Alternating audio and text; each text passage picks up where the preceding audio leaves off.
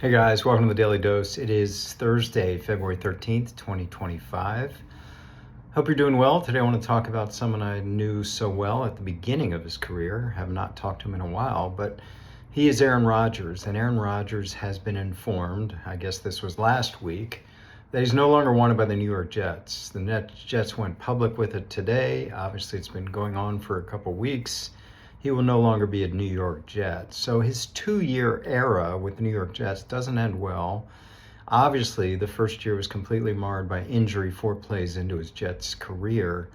And this year was up and down and mostly down, and it just didn't work out. It's hard to evaluate Aaron's career with the Jets, that 2-year career where he only played one of those years, because it was marred by injury. And yes, Achilles injuries can happen to anyone, although older and previously injured in the calf area probably affects that as well. But I'm not going to lay blame on Aaron Rodgers for his 2-year career playing because it was marred by injury. And yes, he's a diminished person a diminished player compared to what he was years ago with the Packers. What I will say is that the Packers look great coming out of this with the trade that they did. If you remember, in 2022 or 23, the only team interested in trading for Aaron Rodgers when the Packers let him know they were moving on was the New York Jets. So with only one suitor, the Packers were able to leverage this in the trade, a pick swap with the Jets last year, a high second-round pick with the Jets last year, a high second-round pick with the Jets this year, and the Packers offloaded $100 million basically in future cash obligations for a player that was never going to play for them again. That bridge had passed, that ship had sailed, and they had replaced. They were moving on to Jordan Love just as we moved on to Aaron Rodgers some 16, 17 years ago.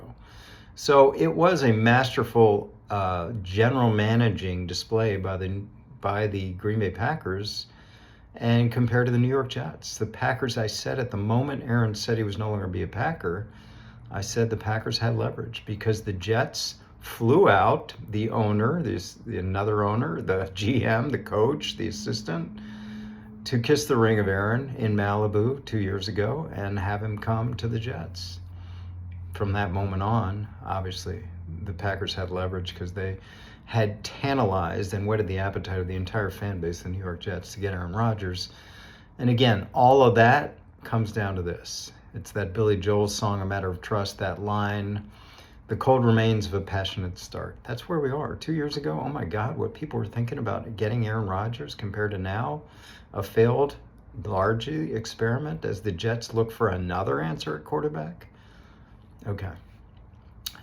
What will happen to Aaron next? We have to see if he wants to play. If he wants to play, then you have to figure out where. As I said 2 years ago, younger, healthier, only the Jets were interested. Who knows? Maybe there is no one interested. Maybe only if he's competing with a young player. Maybe only if he's willing to be a backup mentor to a young player.